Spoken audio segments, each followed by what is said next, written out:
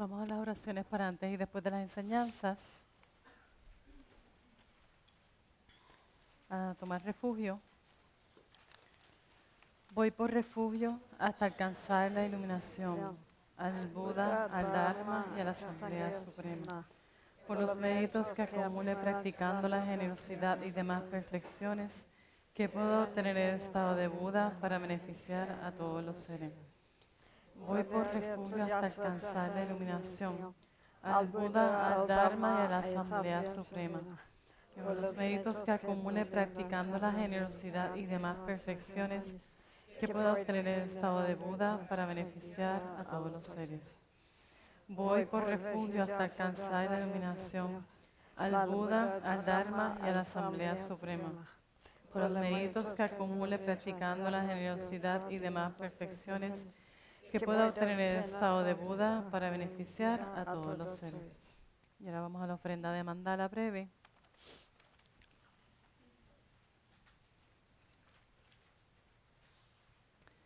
Sashipuki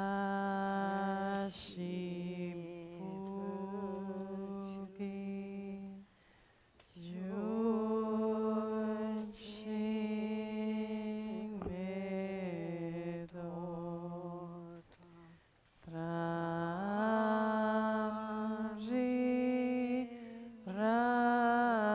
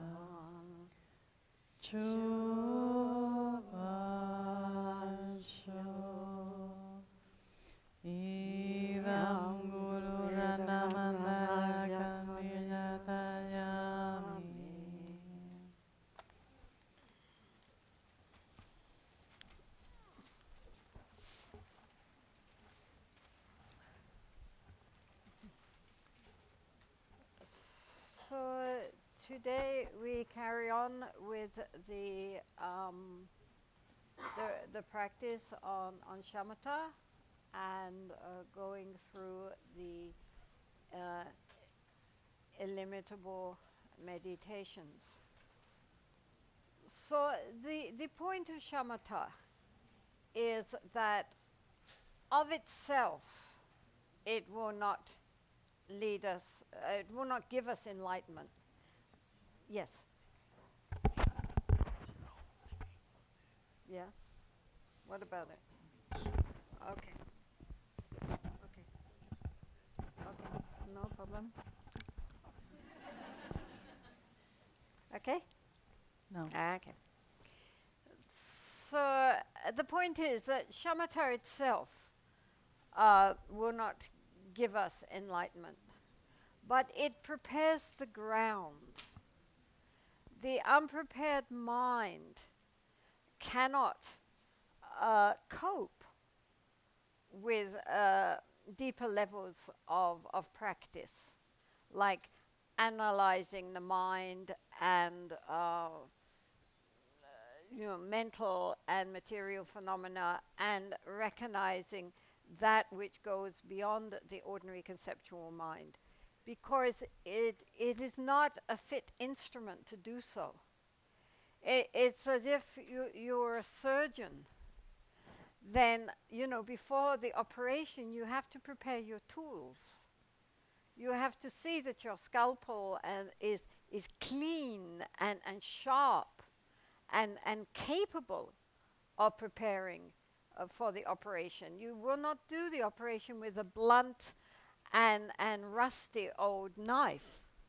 You have to have everything prepared properly so that one can go forth with confidence.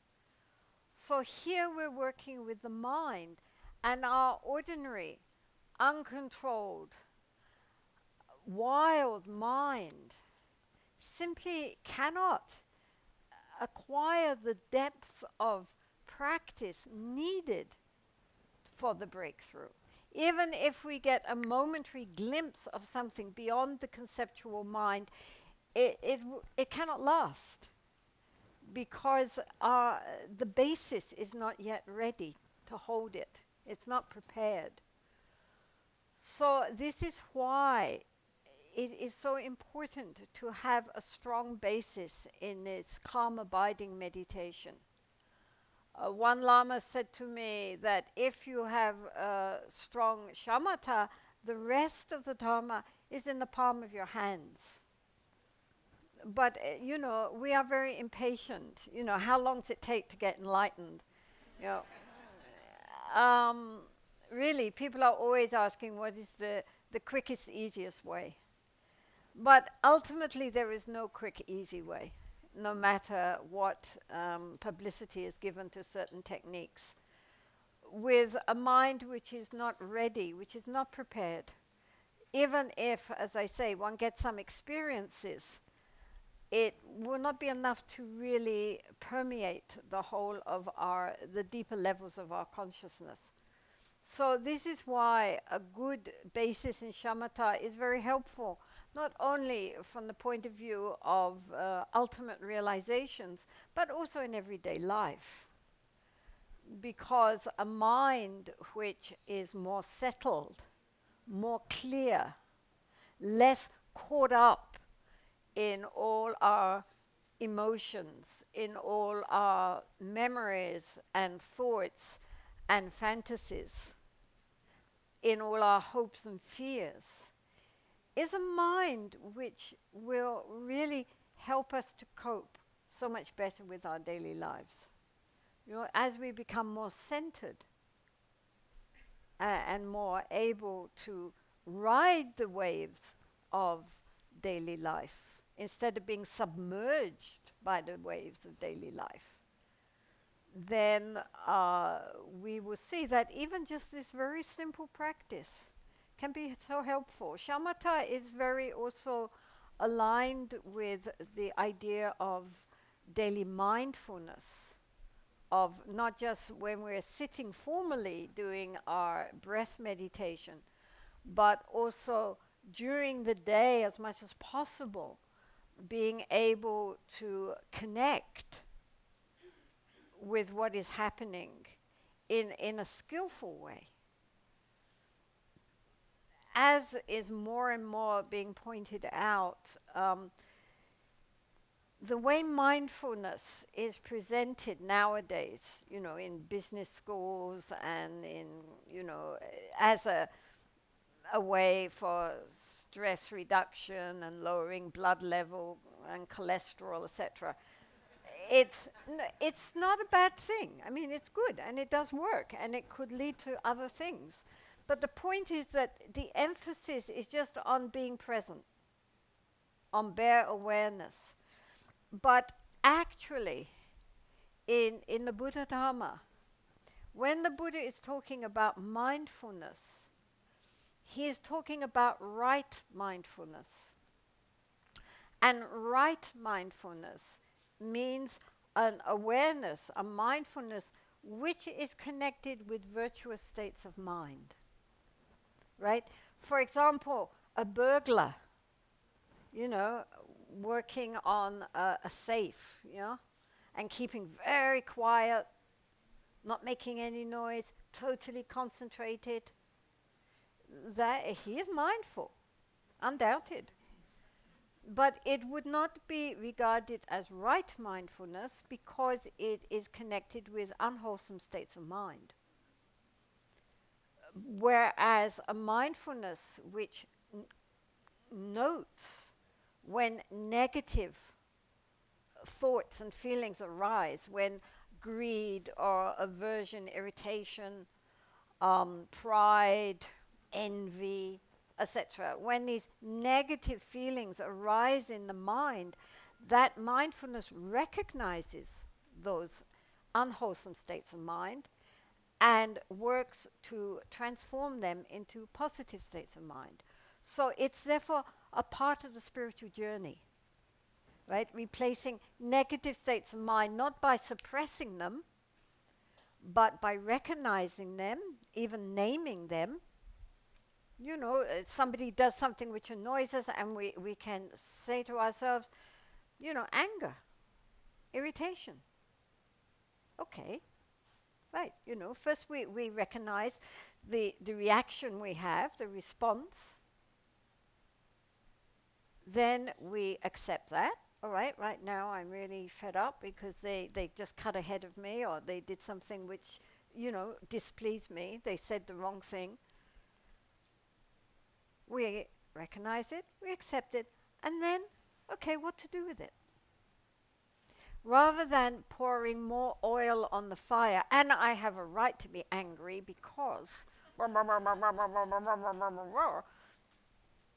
we say, okay, anger is a very negative emotion. It harms myself more than it harms the other person.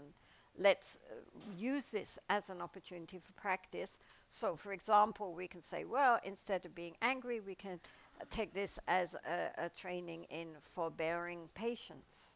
You know, as I said yesterday, we should be grateful for people who annoy us, because otherwise how are we going to learn?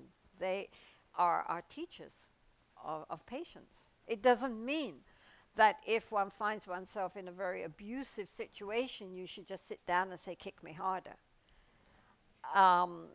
Actually, also forbearance can be very strong, very powerful. Well, it doesn't mean that you have to allow everybody just to do what they want.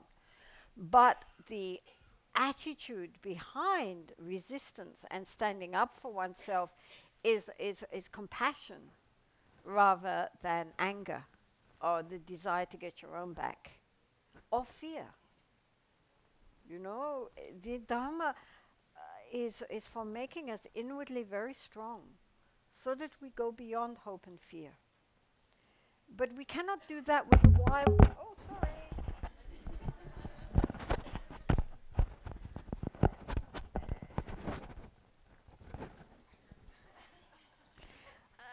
We cannot do that with a mind that is out of control. The more we are conscious of thoughts as they come into our mind, and our responses to what is happening to us, the more we are able to have that moment of pause before we respond. Normally, somebody hits us and we respond immediately. You know, so sensory inputs come to us and we immediately react. But as we become more, the mind settles and we become more centered and more mindful, we are also more capable of poising and pausing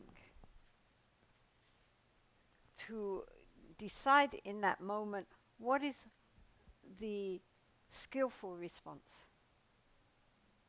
It gives us just that moment, because moment to moment we are making choices. You know, we always blame other people, but actually it's not other people, it's us. The choices we make, we always have a choice. It might be a difficult choice, but it's a choice. We always can choose how to respond. And if we respond skillfully, then gradually things work out and we take everything that happens to us onto the path. If we act unskillfully, we slide off the path. But of course we can always get back on again. So therefore, this quality of just even sitting for a short time, getting the mind settled, and then taking that into our daily life as much as possible, to become more conscious during the day of our body and our mind, transforms everything. Then the whole day becomes a Dharma practice. There's no question, I don't have time. As long as we are conscious, we have time. And of course, the Tibetans have dream yogas too. So, I mean, they don't give you any time off. right? You know? Right. One of their most important practices are what to do when we think we're sleeping and having a rest. No way. So it's very important to integrate our Dharma practice into our daily life. It really cannot be overemphasized, because otherwise one just ends up feeling, you're resenting our daily life, resenting the family and our job and the circumstances of our life, instead of recognizing that for whatever reason, due to causes and conditions which we ourselves created in this lifetime, in past lives, this is where we are now, and where we are now is the perfect opportunity for our practice.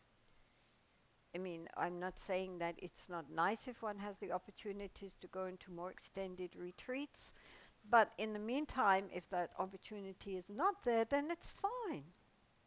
We have to use whatever we have. What can we learn from the situation we are in now? And use that, take it all onto the path. It's really very important. Otherwise, it's not enough just to, do a short meditation and sometimes go to a Dharma center, read Dharma books.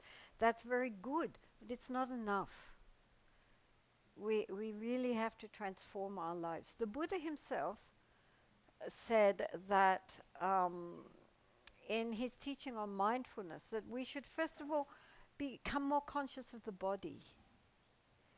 He says when he's standing, he knows he's standing. When he's walking, he knows he's walking. When he's sitting down, he knows he's sitting down. When he's lying down, he knows he's lying down. In other words, just these four body postures of standing, walking, sitting, lying down. How aware are we while we are doing this? We're walking along the corridor, walking along the street, thinking 1,000 other things. We're not even conscious that we're walking. We're sitting and we're thinking 1,000 other things. We're not even conscious of the posture of the body as we're sitting, and so forth. We're not even in our bodies because our minds are all over the place. So it's very helpful to take, at least to start training by taking some action, which normally we do quite mindlessly, and make it something mindful. For example, brushing your hair, cleaning your teeth, drinking a cup of tea, anything which normally while we're doing it we're thinking of something else because it's so automatic. Now make that commitment to give our attention to that. All right, we're going to make attention while we're shaving or combing our hair or whatever. And so just while we're doing that, to drop everything else and just be with that action. It's very simple, but it's not so easy, because what happens is that, for example, you're combing your hair or brushing your teeth and thinking, and then, at first, yes, one is just doing that, and then the mind says, oh, look, this is easy. Anybody can do this. Look, being mindful is easy. I'm very, very mindful. I know I'm brushing my hair. What's she saying about it not being easy? It's very easy. Look, I can do this. Blah, blah, blah, blah, blah, blah, blah, blah, blah. And we have completely lost the plot. So the ability just to stay quietly with what we are doing, any thoughts to ignore them, and just to be focused on the action in itself is a skill. But as we begin to learn how to do it, the mind actually has a mini holiday. The mind feels very relaxed at the end of that. Just even those just few minutes of just being centered and mindful of what we're doing without endless commentary.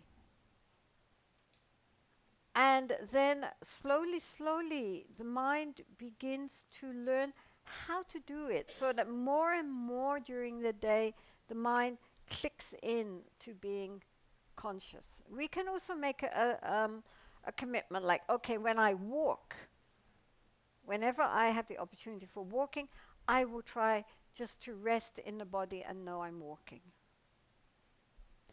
It doesn't mean that, you know, at time people say, well, if we do that, then what about my planning? You know, but of course we can plan. We can use the mind, but we should use the mind knowing we're using the mind. You know, when we're planning, we should say, now I'm going to plan, right? So that we know we're doing it. This is the thing. So this morning we're going to move on in the SHAMATA and do the next stage.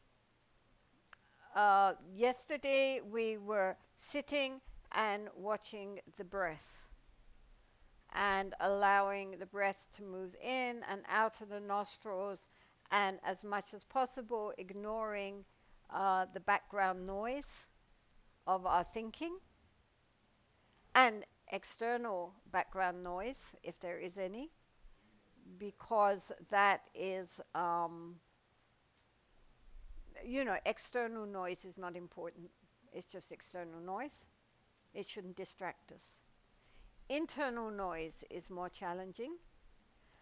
And again, we should just recognize it doesn't need to distract us. The mind can go on chattering away to itself. We just are not interested. Somebody, Nyanaponika Thera, I think, he said it was like, all right, we want to stay in our house to do, you know, reading, for example, or some kind of meditation. And so someone is knocking at the door, wanting to come, the neighbors. And so we have a choice. Either we can ignore them and then they knock harder and we say, go away, I don't want you, get out, you know, and we slam the door in their face and we get, sit there, I'm not going to talk to my neighbors, I'm meditating. And, you know, and then the neighbors keep knocking harder, and then, you know, you keep screaming at them, and then eventually they go away, but you're sitting there, neighbors. And so the mind is very tight, and even if the neighbors retreat, the mind is very agitated and tight and tense. So that's like suppressing thoughts. I'm not going to think. Thoughts are bad things. I have to have an open, spacious, silent mind. Right, get out thoughts. You know. So eventually, if one uses that technique, it can happen. But the mind, nonetheless, it's just the thoughts are suppressed. And eventually they'll erupt. The neighbors will be on the rampage.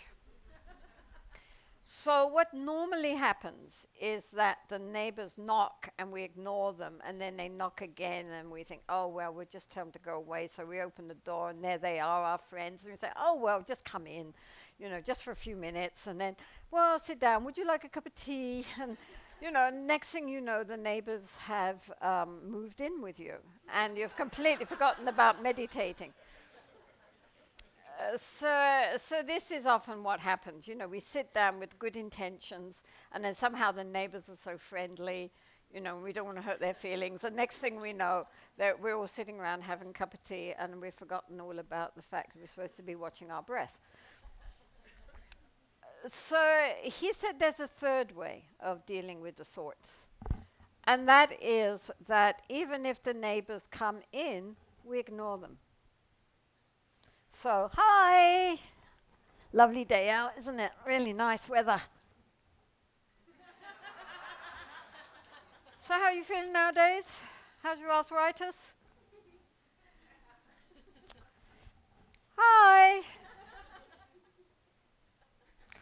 After a while, neighbors get very discouraged and they leave. You know, this is the point. is the determination to ignore them. We're not throwing them out. We're not inviting them in. We're ignoring them. After a while, when the thoughts are ignored, then of themselves, they begin to quieten down. So this is a very non-aggressive way of dealing with the thoughts. The thoughts are not the problem. The problem is that we get carried away, swept along by our thoughts. So, as proof of this, now we are going to go to the second thing. Now imagine our concentration, our attention is clear, quite strong.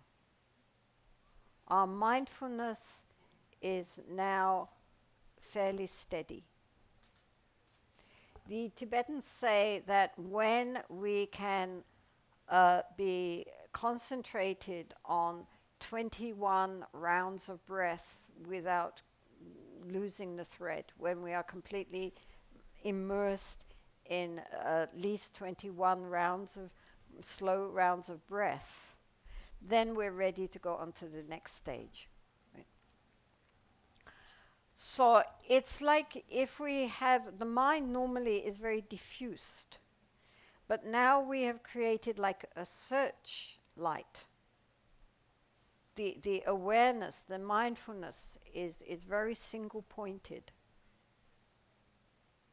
focused on one object. In this case, the breath going in and out.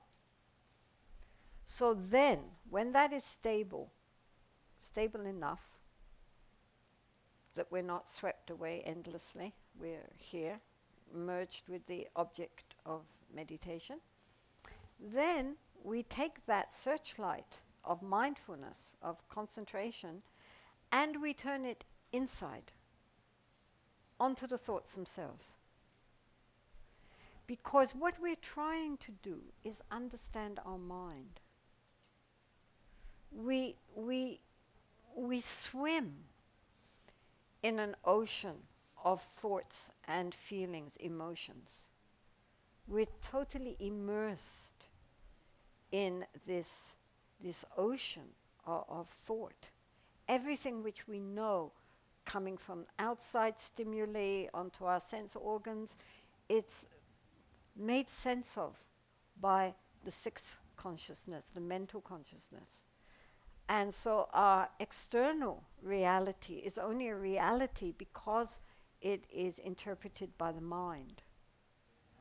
And inwardly, our thoughts, our feelings, our opinions, our memories, our sense of identity, everything depends on our mind. If we lose that part of the mind, we don't know who we are. We have no identity.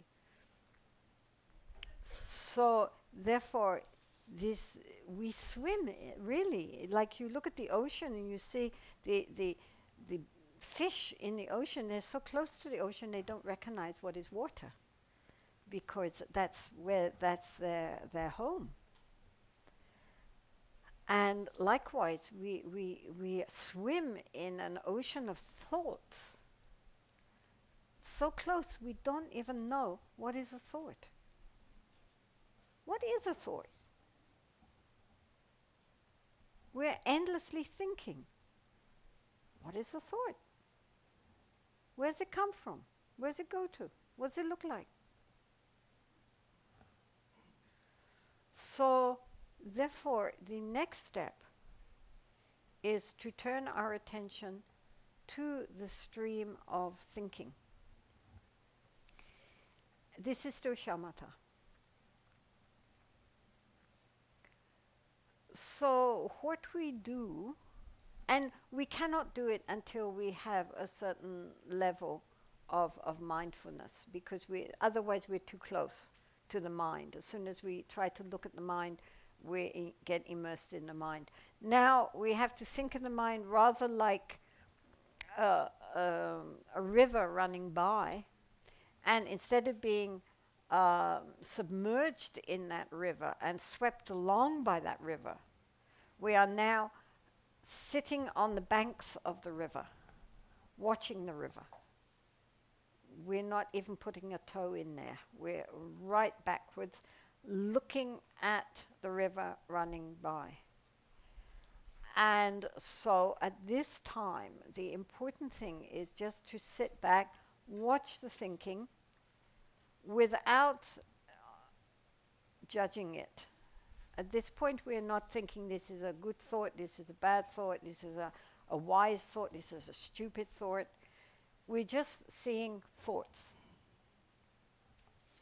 Of course, one of the main problems with this practice is that people very quickly recognize how utterly boring the mind is.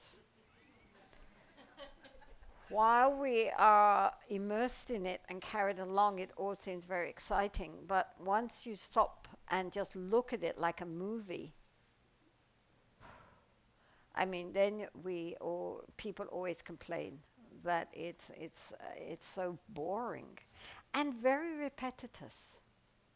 You know, it's like watching the same old soap opera over and over every night. Oh God, not this one again. We did that. You know, which normally we're not aware of because we're so caught up in it. But when we step back and just watch it, we see how utterly unoriginal our thinking mostly is. You know, we're just repeating the same old stuff again and again, and especially the sob ones, you know. Yeah, those are big favorites. You know, all the awful things which happened to us and the nasty things people said, which many people tend to replay over and over to give them a sense of self. It's very important to recognize that our sense of ego depends on our gross mind level. In fact, our gross mind level is the ego.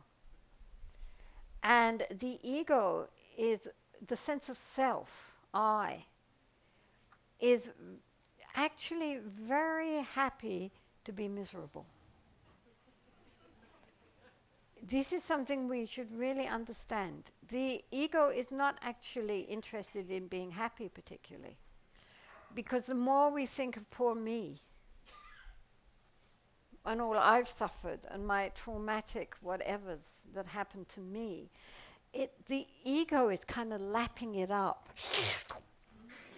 Me. Much more than the happiness times, actually, because the happiness times can lead to a completely different state of consciousness which the ego is not particularly involved with. It opens the heart, and the ego is not in the heart.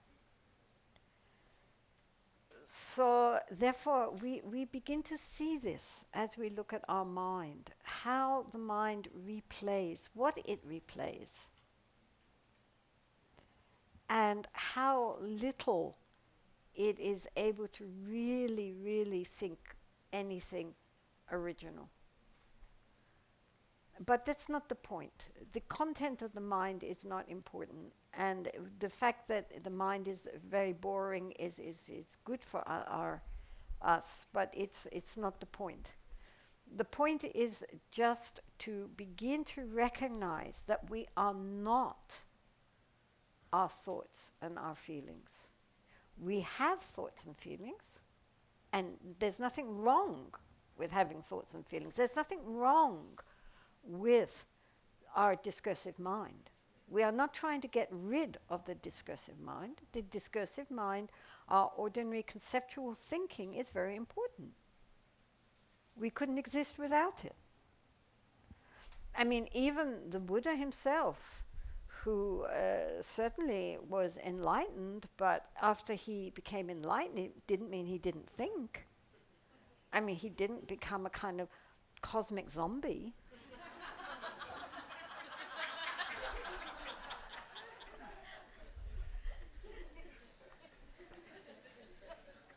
I mean, actually, he spent the next 45 years of his life wandering around northern India, setting up institutions and teaching thousands of people and being extremely active.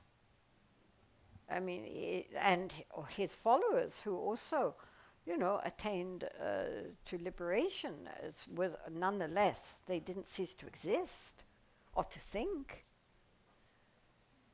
And the Buddha himself said, well, I too use conceptual language, but I'm not fooled by it. And that's the difference. We are fooled by our minds. We think this is who I am. We identify with our thoughts. We identify with our feelings and our memories and our ideas. We think this is who I truly am. And this is what the Buddha was negating when he said there is no self. It didn't mean we don't exist.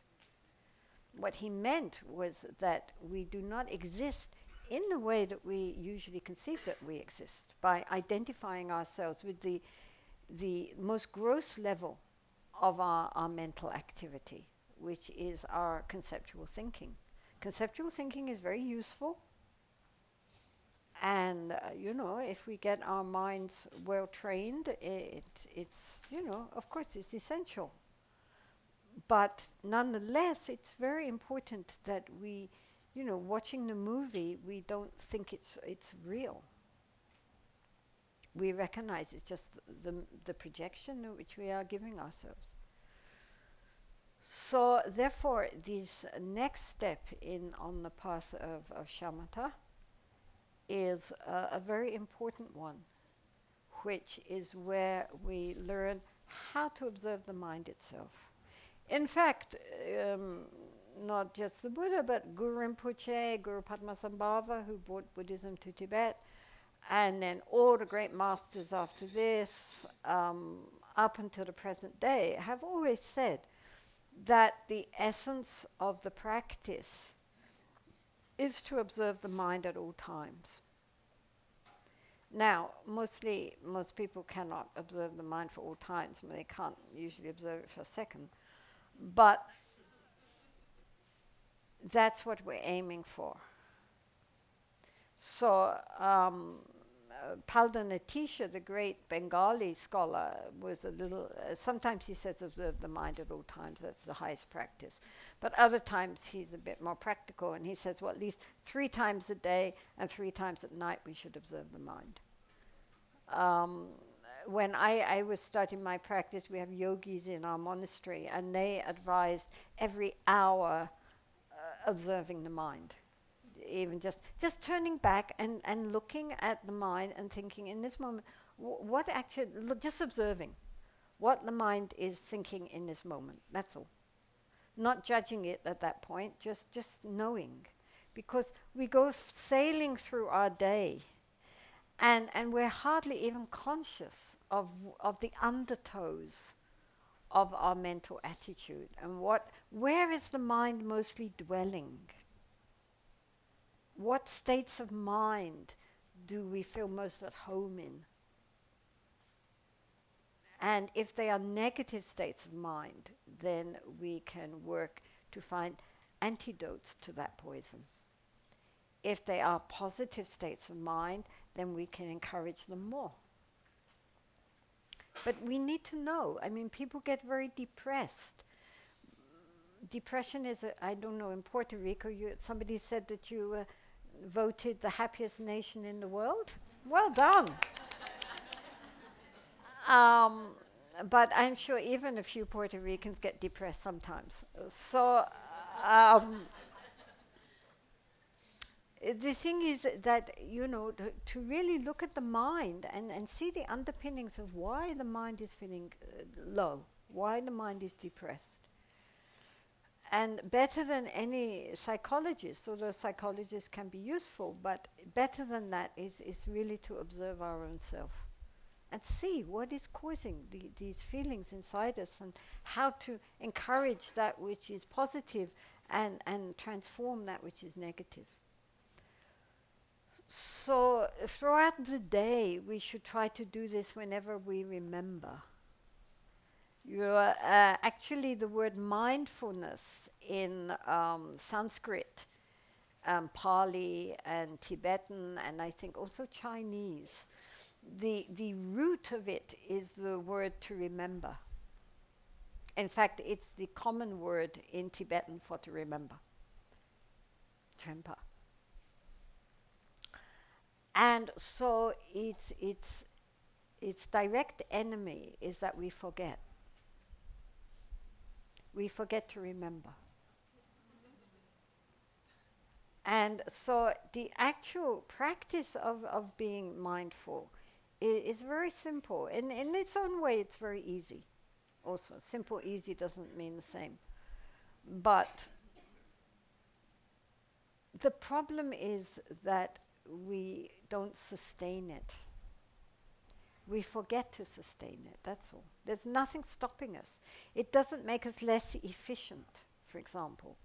Actually, it makes us much more efficient. It has been proved that people who in their jobs become so stressed out, it's not because of the job. It's because our mind cannot completely rest on the task at hand. Many people are trying to multitask. And as a result, the mind becomes stressed and it also becomes very inefficient.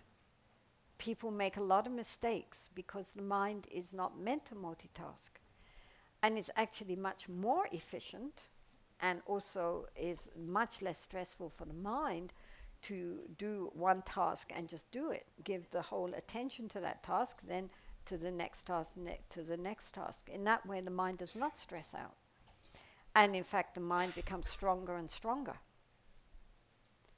So it's not clever to be doing one thing and, you know, on your iPhone at the same time and then doing something else. You see people just anywhere, you know, they just can't stop.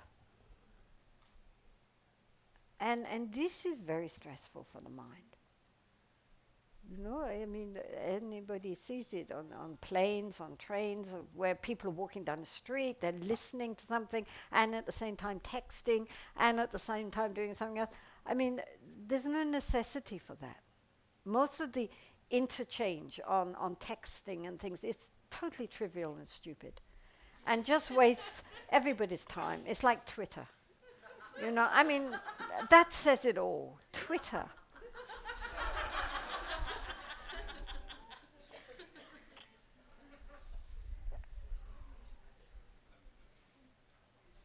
So what we're trying to do is to allow the mind to have more space and more focus, and not to fill it up with all this trivia, this nonsense. It's like the internal chatter of the mind, which is in itself nonsense most of the time. It now has to be shared with everybody. As if anybody cares, you know.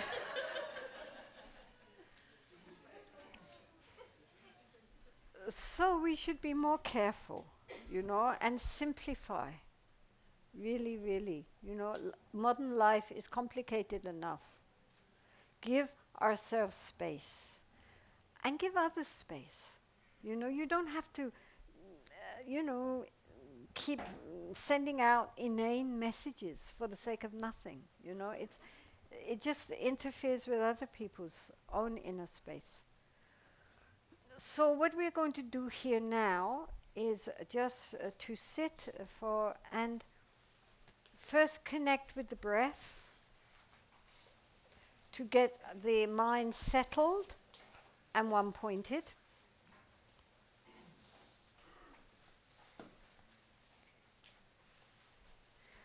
And then, so we're only going to sit for 10 minutes because we don't have all that much time. Well, we have some time, that's right. But anyway, we'll just sit for 10 minutes. So what we're going to do is just bring the attention to the breath. Then, when the mind is settled,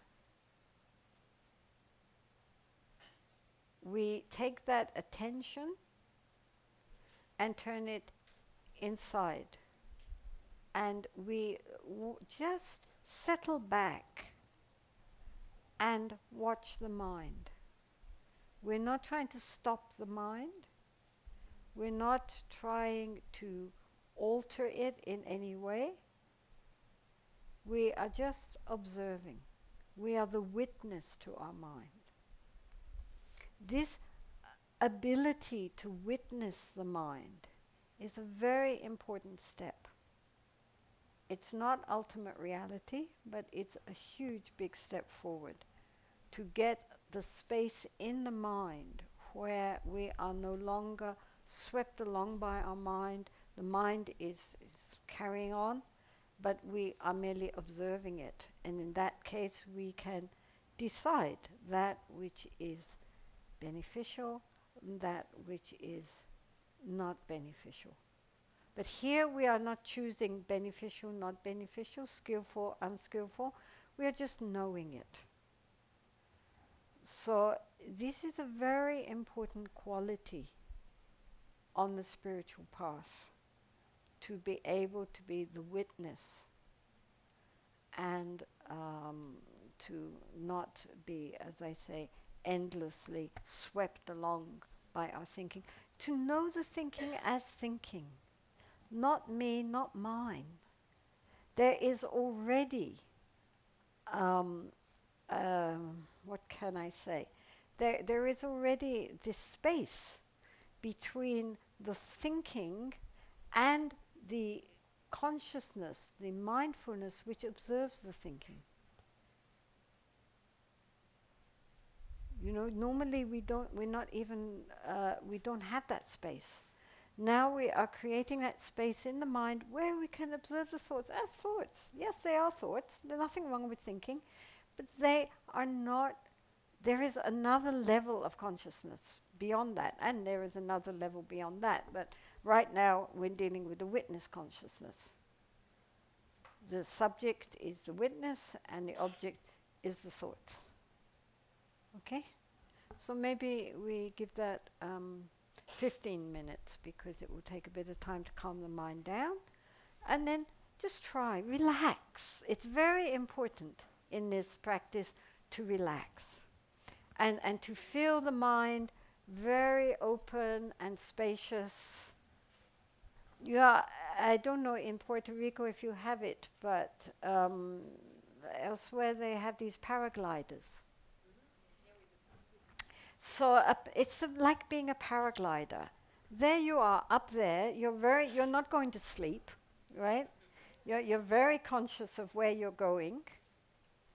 But you're silent, open, spacious blue skies.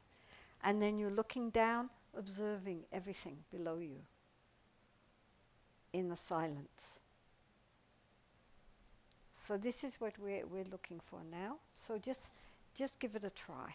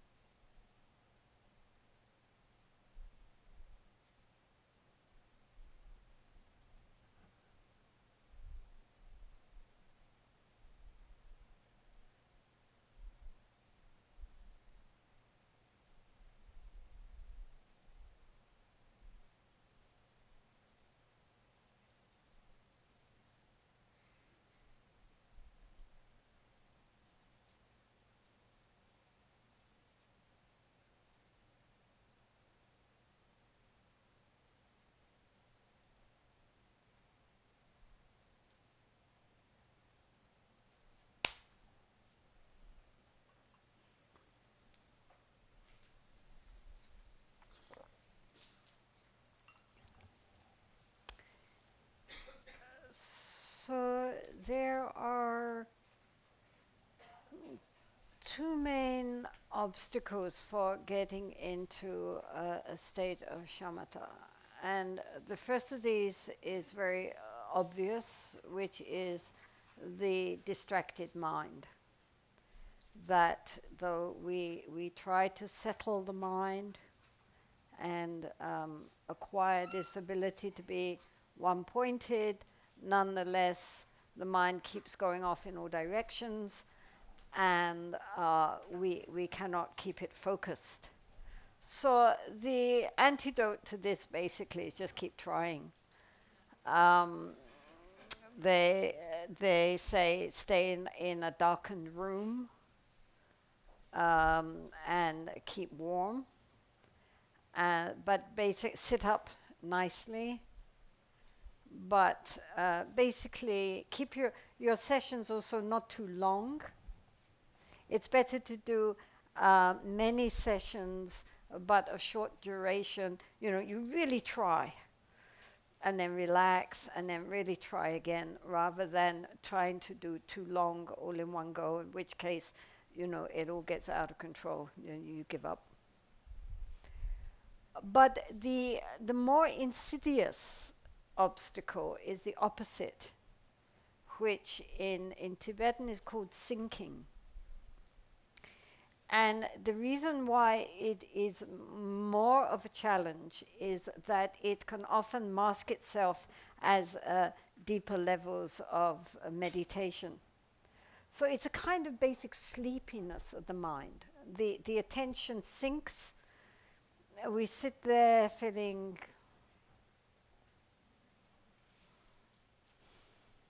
peaceful, blissed out, not much thoughts. Finally getting it.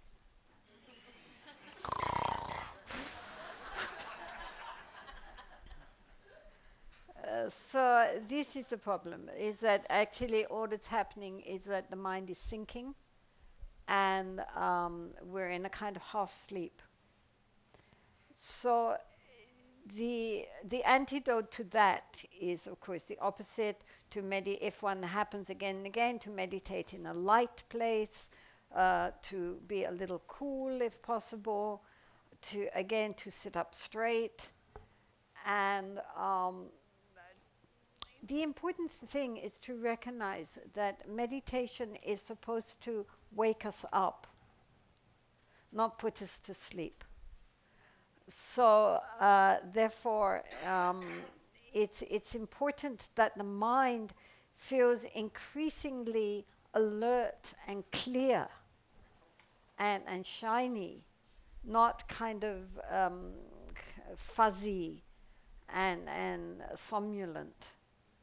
So it's a very important for us to look at the mind and see, is the mind becoming more clear, more vivid, more bright, or more dull?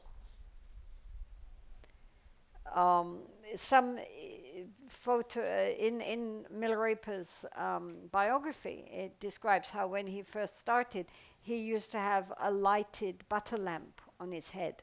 And you see this sometimes in vignettes on the life of Milarepa, sitting there with this butter lamp, because if you feel a slight, you know. A friend of mine used an alternative of putting a small bowl filled to the top with water on the top of her head, you know, because then again you're very conscious of sitting straight and keeping, you know, alert. You don't fall asleep. Jack Kornfield says that he meditated on the edge of a deep well. Which is another alternative. You don't go to sleep when you're on the rim of a big well. You stay very, very mindful.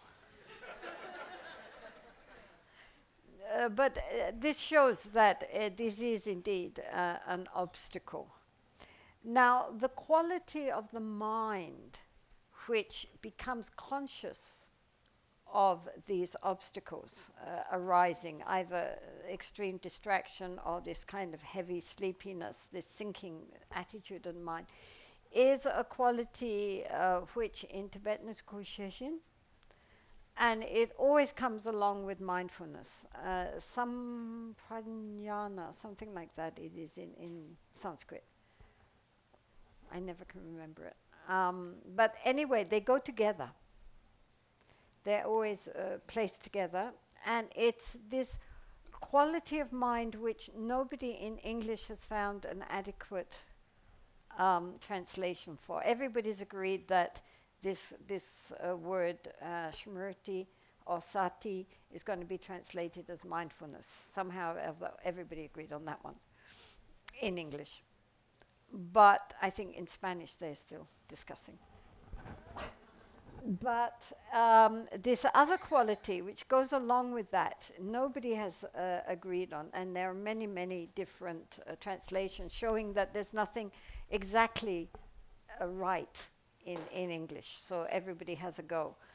But what it means is this quality of mind which checks up. It's not there the whole time. Somebody described it as like spying on the mind. It looks and sees what the mind's up to while it's meditating. You know, is the mind distracted? Okay, apply an antidote. Is the mind sinking? Okay, wake up. It's this quality which we have in the mind. Is our mindfulness running smoothly, or is it out of balance? And then it encourages us to redress that balance. So it's a very useful quality which just looks, sees how the mind's doing. If everything's okay, it just subsides again. But if something needs adjustment, it alerts us that we need to adjust. So some people translate it as alertness. Some people as introspection, some as clear comprehension, and so on. Nobody quite knows how to use it. But it's a definite faculty of the mind that while we're practicing, it just pops up, looks, and then subsides again. So the two go together. And it's very important when we're meditating and trying to develop this quality of being present and conscious, aware, that from time to time we check to make sure that everything's on keel and that we don't need to adjust anything and that everything can just keep going. So all of these qualities of practice is exactly that. It's practice. And, you know, I don't know, in English we say practice makes perfect. And that's exactly it. You know, we have to practice again and again and again. As I said yesterday, everybody knows that to become proficient in any skill, we need to practice. So we need to practice without becoming disheartened. We have to recognize that this is not something which just happens overnight, you know, slowly. We have habits of being distracted, of being unmindful, of being so totally unaware, which go back not only this lifetime but many, many lifetimes. It's just that the mind is habituated to not being conscious. And the ego wants us to be unconscious, because the ego knows that the more conscious we come, the more the ego will diminish. I mean, the ego doesn't really exist, but it does a lot of fast footwork. So there's resistance, because the ego knows that the more we practice, the more it is getting towards its own extinction. So the ego will always think up excuses, as we all know. And so this is why it's also very important to get our ego involved and become a supporter rather than an obstacle for us, to get the ego to be eager to practice, even though in the end it knows that this is its death. This is why these meditations on loving kindness and so forth are so important, to give us a sense of courage to keep going. So we will have a break, you will be happy to hear, for 15 minutes. And please try to come back in time because we have a lot of material. And I'd also like to answer some questions if we have time. So 15 minutes.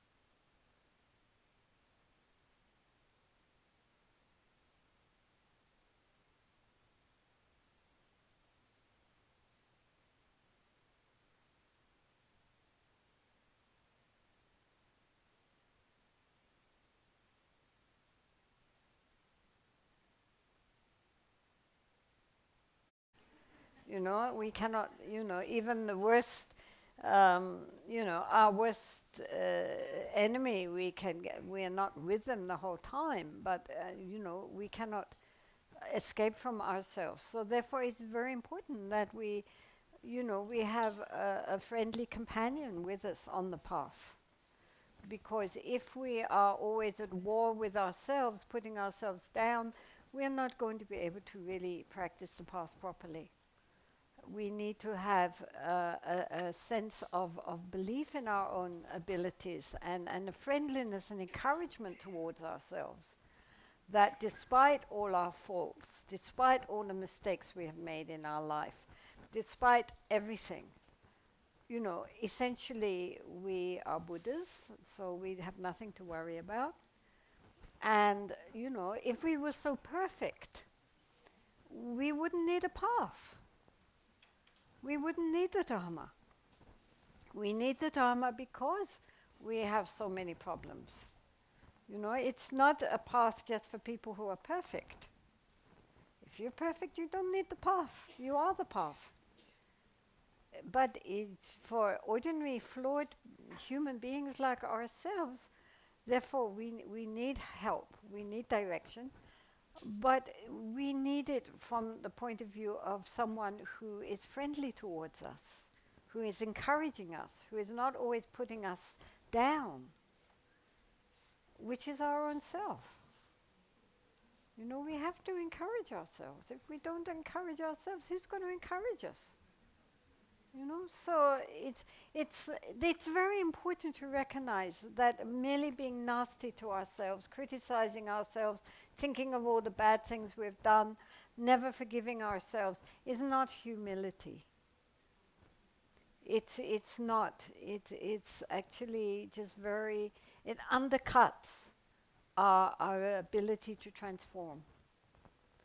And so it's very important to, you know, just as we wish to be kind to others, we have to start by being kind to ourselves. So this we dealt with yesterday, the wish that we should be well and happy, as well as, of course, all beings. And today we will bring our attention to compassion. Compassion, of course, is a very important emotion and is especially emphasized in the Mahayana tradition. The idea that we are striving on the spiritual path not just to benefit ourselves, but in order that we should be able to liberate and help all others. I mean, this is something which, if you think about it, is quite easy to understand. I mean, people who train to become doctors, for example, their motivation is presumably is not just so that if they get sick, they'll be able to cure themselves. I mean, their motivation is that they can then go out and cure all the other who are sick. That's the point of all that training. And so likewise, on the spiritual path, we are not merely trying to really become the masters of our mind. We are not merely trying to, you know, develop this awareness and open-heartedness just so that we will feel better, so I can be happier. But so that we can then really be able to help others likewise to transcend our ordinary egotistic and selfish mind frames in which we create so many problems both for ourselves and for others. So therefore compassion is a very important quality that we are practicing out of compassion for the world. And here we will just do a short practice on a very important meditation in the Tibetan tradition, which is called Tonglen. I'm sure many of you already have practiced Tonglen. It's belongs within the Tibetan tradition to all of the different lineages.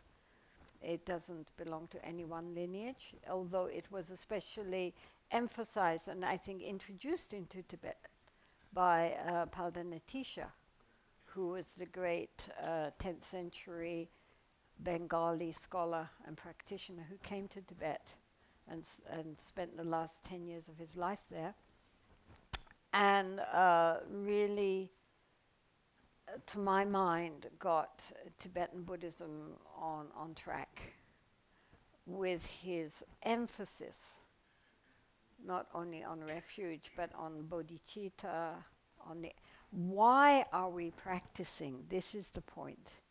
It's not just what practices we are doing, but why we are doing them. The motivation, the underlying motivation. Is it based on self-cherishing mind? Just I'm doing this so then I'll feel better?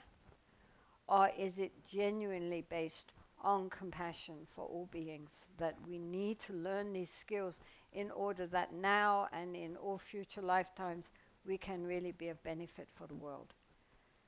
So he emphasized very much bodhicitta and also something called lojong, or mind training, which is that of really aspiring for the happiness of others and recognizing that our genuine happiness comes through making others feel happy.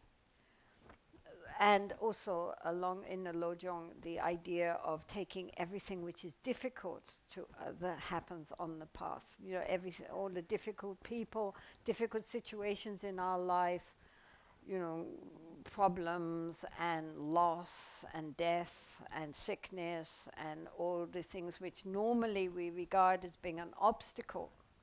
I would practice, but, you know, there's this problem and that problem. Recognizing that our obstacles are actually our greatest opportunities. And this is how we gain the strength and cultivate qualities needed on the path. So these lojong teachings also were integrated into all the traditions in Tibet, and very much kept, I think, the whole system very much on track, so that up until the present day it's remained very pure in its aspirations to benefit others, and didn't just degenerate into magic and power. So one of the important lojong practices is this practice of tonglen, which is basically it means sending out and giving, giving out and bringing in. And it's something which is practiced by everybody, even the greatest lamas at the time of death, or when they're very, very sick. If people ask them, what practices are you doing? They normally would say Guru Yoga and Tonglen. So it has many, many applications. But the basic idea is that one, well, to take a very basic practice. You imagine someone, or you're in the presence of someone who, for example, is sick, very ill. Then one will, with the in-breath, imagine taking all their sickness and the karma which created that sickness, and the causes and conditions of everything which is it's difficult for them, not just the sickness, but everything surrounding that. Visualize like a vacuum cleaner going. We are bringing in all of that into oneself in the form of dark light or smoke, some people prefer. I mean, anyway, some darkness. We visualize taking all of that darkness into ourselves through the breath, and it goes down into the center of our chest again, where if one wishes, but you don't need to, but formally, it's you visualize a little like a little black pearl. This represents our self-cherishing mind. Self-cherishing mind here means the mind which is thinking, I'm so sorry you're sick, but I'm glad it's not me. Right? The most common question is, this doesn't really work, does it? because, you know, yes, people would like to think of taking all their sickness, but they don't really want to take all their sickness. So this is very helpful because it reveals to us this deep-seated self-cherishing mind. Yes, we want to be compassionate, but not that compassionate, right? Which is very helpful for us to understand that. So then we visualize all this dark light coming down with the breath into the center of the chest, hits and absorbs into the black pearl of self-cherishing mind. And because if our aspiration is genuine, if we genuinely wish to take in that sickness or that trouble, then that will destroy the self-cherishing mind, right? And so therefore we visualize that that little black pearl then transforms immediately into either a very white, brilliant pearl or a diamond, which again represents our Buddha nature.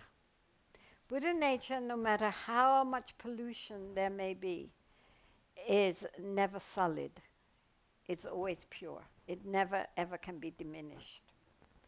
So therefore, from the diamond at the heart, representing our true nature, we then, with the out-breath, send out white light or golden light, whatever, and then visualize that that is completely, again, soaking into every cell of that other being and completely filling them with health and happiness and all the good things we could possibly wish for that person. All the strength of our genuine wisdom, compassion, mind is soaking into them. And so with the breath, one visualizes the darkness. With the out-breath comes the light. So this meditation, which is a very fundamental meditation, can be used for anything, basically. One can use it for people who are sick, people who are having trouble, a whole nation who is having problems. One also can use it if oneself is sick, which is what the lamas are doing. Say, for example, one has a headache or one has cancer. You know, you might have a migraine, you might have cancer, you might have some sickness. And instead of lying there feeling sorry for yourself and wishing that it would go away, one uses that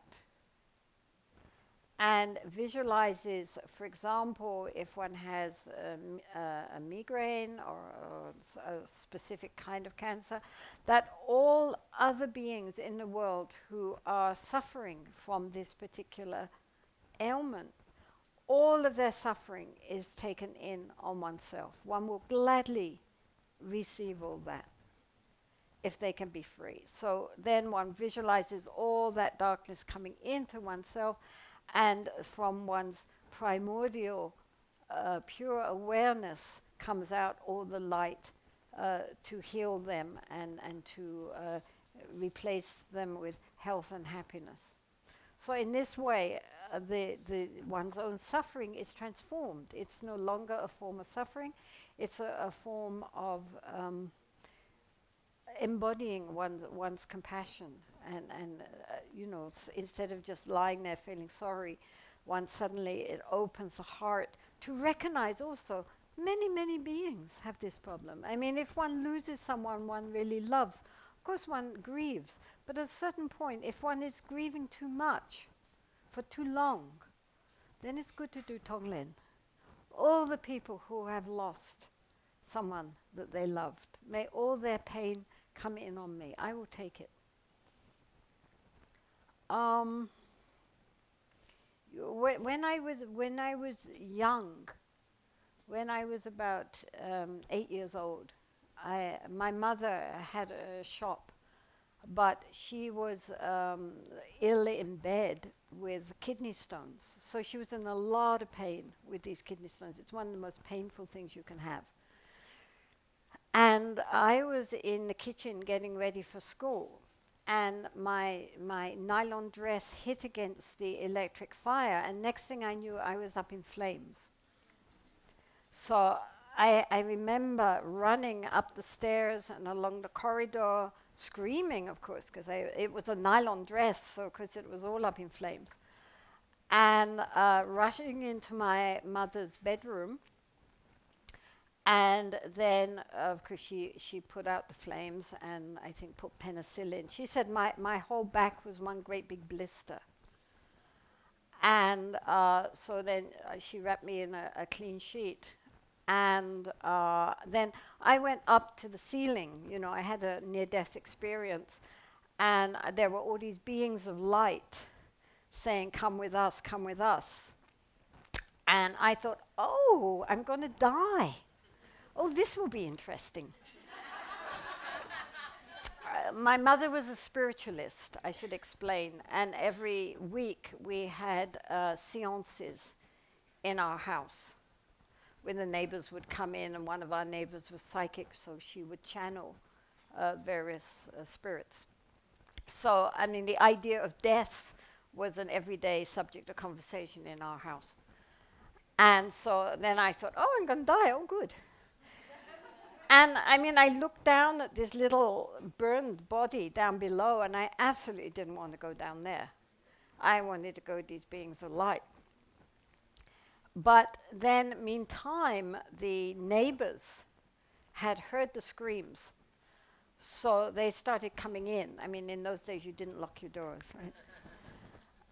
So they started coming in to find out what was wrong, and then next thing I knew, I was back in my body again. So then the next thing I remember, I was lying on this trolley in the hospital, and the doctor was saying to me, "You're a very brave little girl. You must be in tremendous pain." And I said, "No, there's no pain."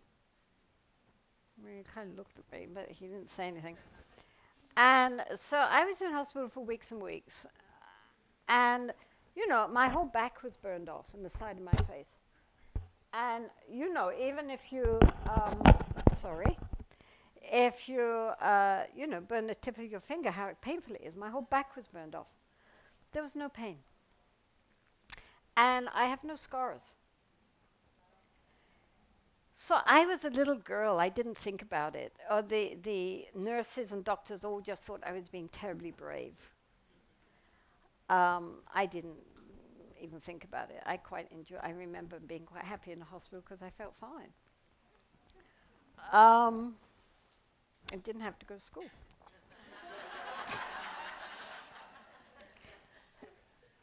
Years and years later, I mentioned this to my mother. And she said, at the time that I was lying there, unconscious, she thought I was going to die.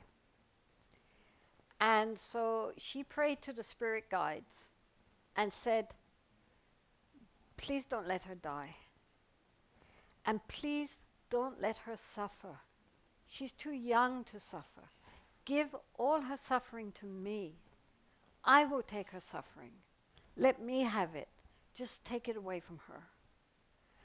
My mother already was in agony with her kidney stones, but she would have welcomed my pain if I could have been relieved of it. She was unconsciously doing Tonglen. Now, as a result of that, I'm quite sure the spirits decided to, because of her pure compassion, that I would not need to suffer. But they didn't give it to her, of course. I mean, she didn't feel it. But if she had, she would have welcomed it. That's the point. You know, this is what we're talking about. Just as a mother loves her child, her only child, the Buddha said, so we must develop loving kindness and compassion for other beings. So what I'm saying is that this pure aspiration has to come really from the heart. But of course, at first, it's very difficult for us to do that unless it's somebody that we genuinely love more than ourselves. But if we do develop that ability to really love others beyond ourselves, then it is very powerful. So here we are just going to do the other way in which we can use Tonglen is first towards ourselves.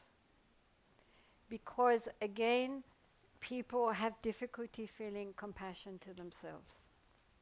They can feel compassion for others, but towards themselves we are very unforgiving. And so many people have, traumatic memories, or just very sad memories, or just they don't, people are suffering. So before we can really open up our heart to the suffering of all other beings, it's very important first to feel our own pain and with loving compassion and acceptance. So therefore it's a very useful to do this practice also directed towards ourselves.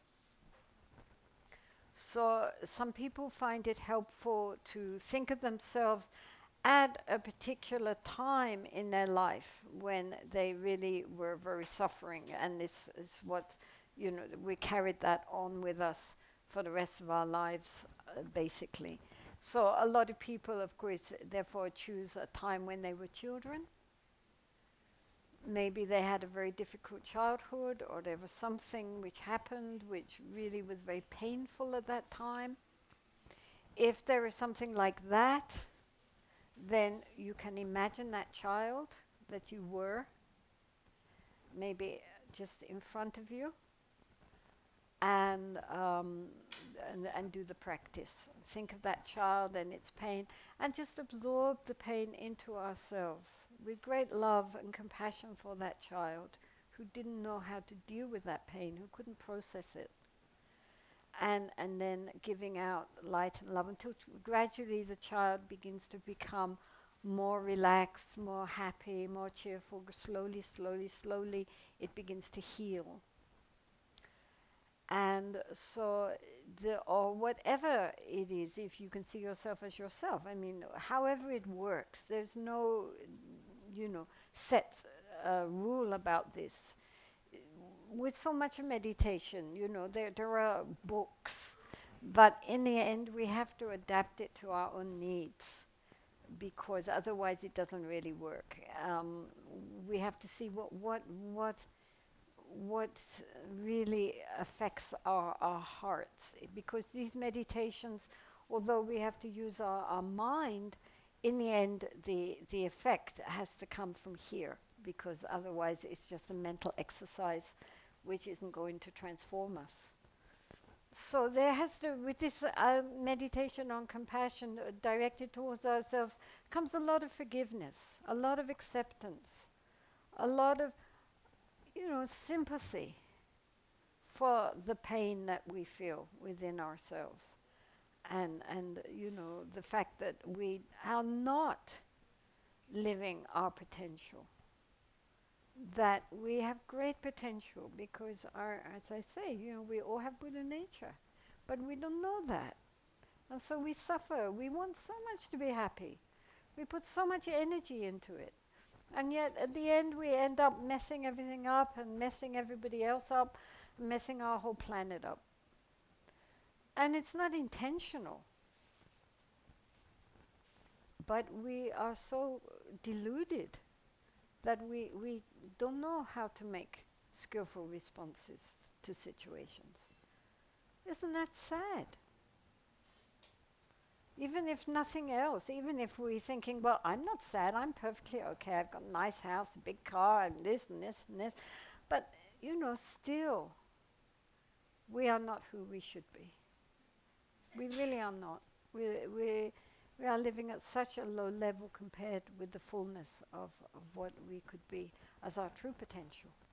It's like we're locked in a little bud, you know, a rosebud. Well, rosebuds are very nice, but you know, they have this incredible potential to become full-blown roses.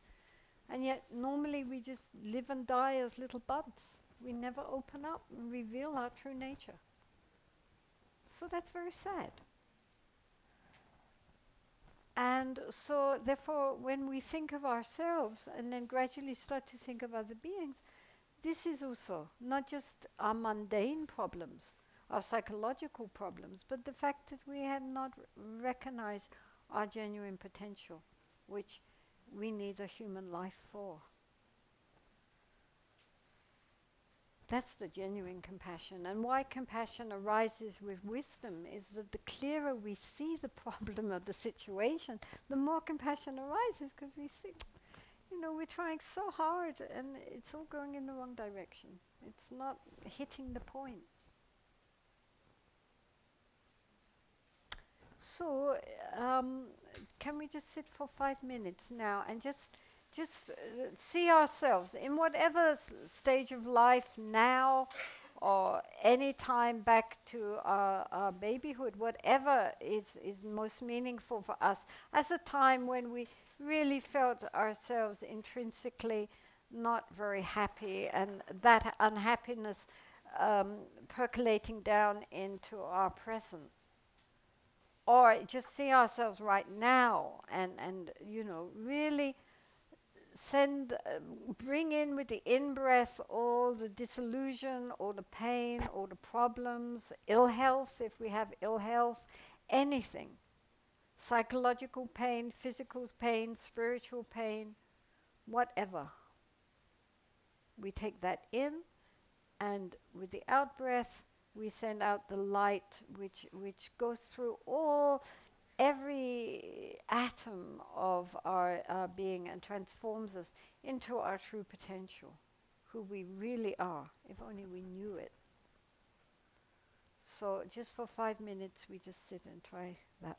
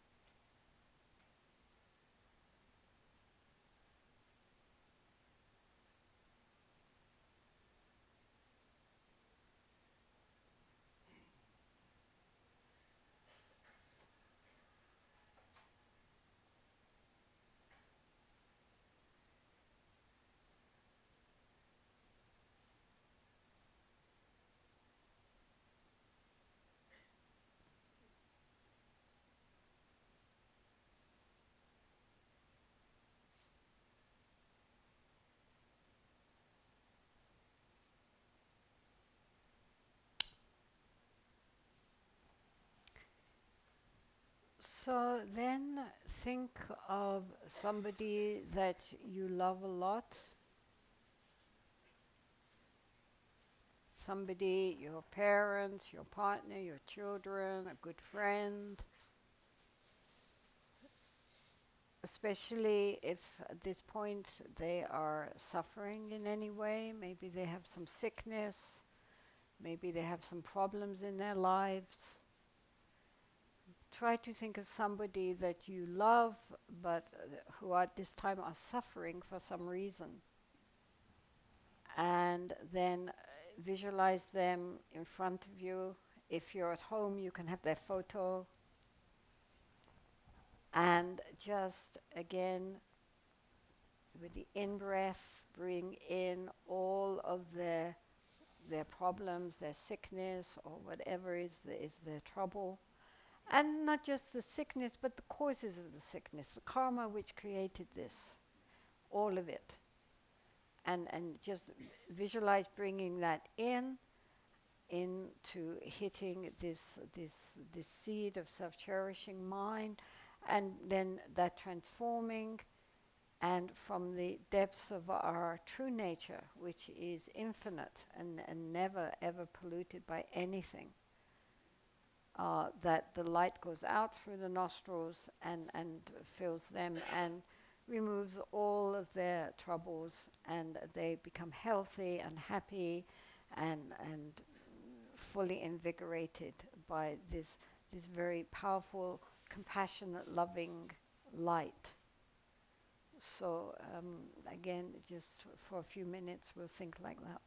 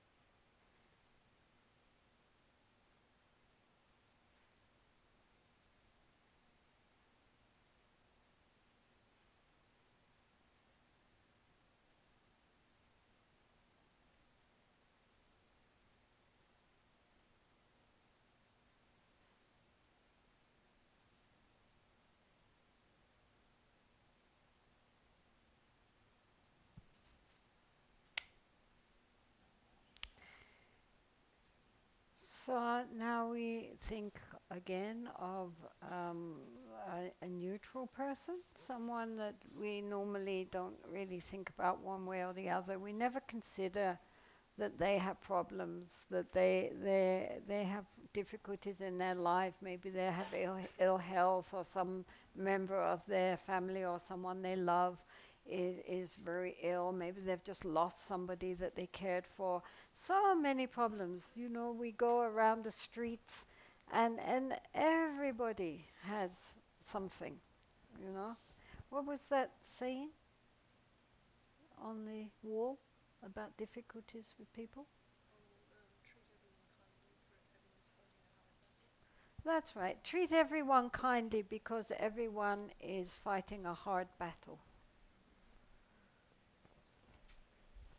Yeah, I mean, just to remember that. Everybody has problems. It's not just us, it's not just our family, our friends. Everybody, treat people kindly because everybody has their own battle to fight. And so they don't need more problems, you know? So therefore now just think of somebody that we don't usually think much about, but somebody, you know, like as I say, a neighbor, or a colleague at work, or somebody that you meet every day. In the old days it used to be a postman, but I guess nowadays people don't have postmen. But you know, just somebody that you see regularly without thinking about. And now just think about them. You know, just really think all their problems, and they're probably in debt, or they're, you know, struggling with this or that. Or everybody has problems. This is dukkha. This is samsara. And so just bring them into focus and imagine it taking all their suffering away from them, and replacing it with joy and peace and happiness and fulfillment. How wonderful that would be.